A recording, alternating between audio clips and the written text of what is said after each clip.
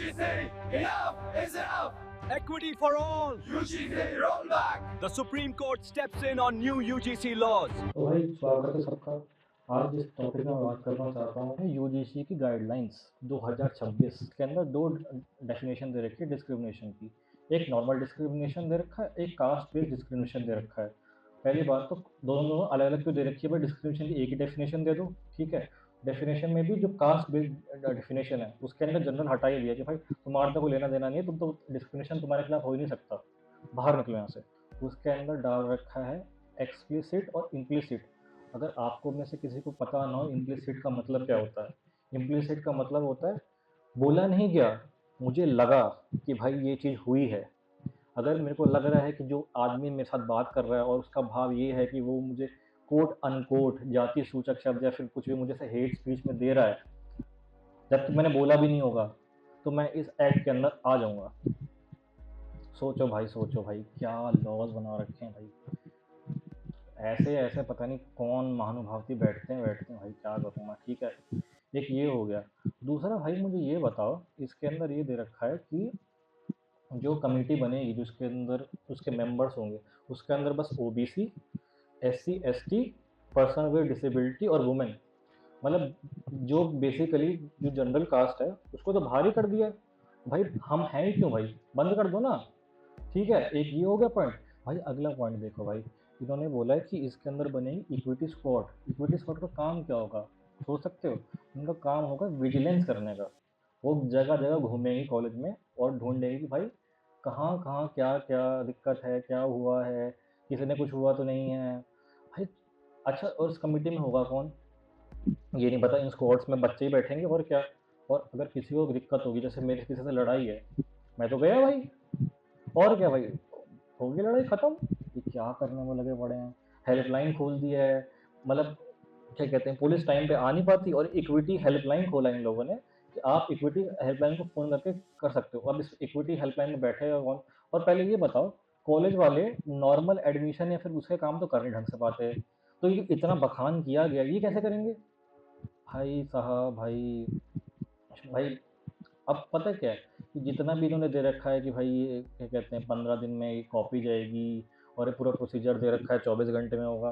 भाई नॉर्मल जो फाइलिंग होती है ना, उनके काम ढंग से नहीं हो पाते, इसमें से कुछ नहीं होगा। और सबसे बड़ी बात ये है, एक तो दो पॉइंट ये है बताता हूँ तुम्हें, ठीक है। एक पॉइंट ये भी है कि ये जो 2012 में था, इससे पहले यूजीसी की गाइडलाइंस अब 2026 में वापस आई है।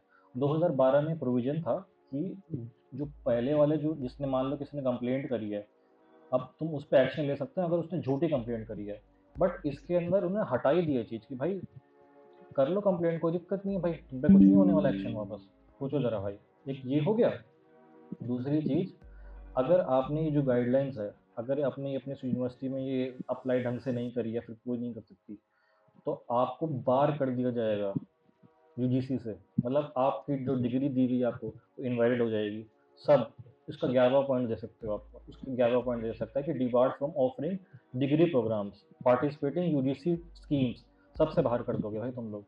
सोचो, मतलब ये जो चीज़ जितना बताया गया वो सारा का सारा मैंडेटरी है सारे पल। भाई ये जो हरकतें करी हैं, अब सोचो कि भाई ये हरकतें करी क्यों हैं इन सब ने, क्यों ज़रूरत पड़ेगी इन गाइडलाइंस की। तो फिर एक डाटा आया, डाटा में दे रखा है कि यूजीसी के अंदर बता रहे थे जो एसटी एससी के जो केस हैं वो 118% बढ़े हैं पिछले 5 साल में। तो भाई मैंने पहली बार देखा, मैंने कहा इतना ज़्यादा डिस्क्रिमिनेशन है, मैंने तो आसपास कभी देखा नहीं है। फिर मैंने नंबर उठा के देखे भाई, तो मैं नंबर बताऊँ क्या चल रहा है। 118% बिल्कुल राइट है भाई, 118% ही है वो, ठीक है। वो बिल्कुल डाटा सही दे रखे हैं लोगों ने, लेकिन खेला पता कैसे है। एक 2019 में जो केस 173 थे, वो 2023-24 में 378 हो गए हैं। हाँ, 378 total cases, total total India में टोटल कॉलेज पता है कितने हैं? 2200 से ऊपर एट अ टाइम। एक मतलब टोटल इंडिया में 3 करोड़ बच्चे पढ़ते हैं, 3 करोड़ बच्चों में 378 केसेस आ रहे हैं, सोचो। और इस चीज़ के लिए इन्होंने कानून लाया भाई। भाई मैं तो भाई खुश हूँ कि भाई शुक्र है भाई सुप्रीम कोर्ट एग्जिस्ट करती है इस देश में। नहीं तो भाई जैसे नेता है ना हमारे देश के भाई, वो हमारे को सोचते हैं कि हमें पेंगुइन वो देखा है ना वो आदमी जो माउंटेन पेंगुइन माउंटेन की तरफ भाग रहा होता है, मेरे को नहीं जाना, मैं मरने जा रहा हूँ टाइप्स।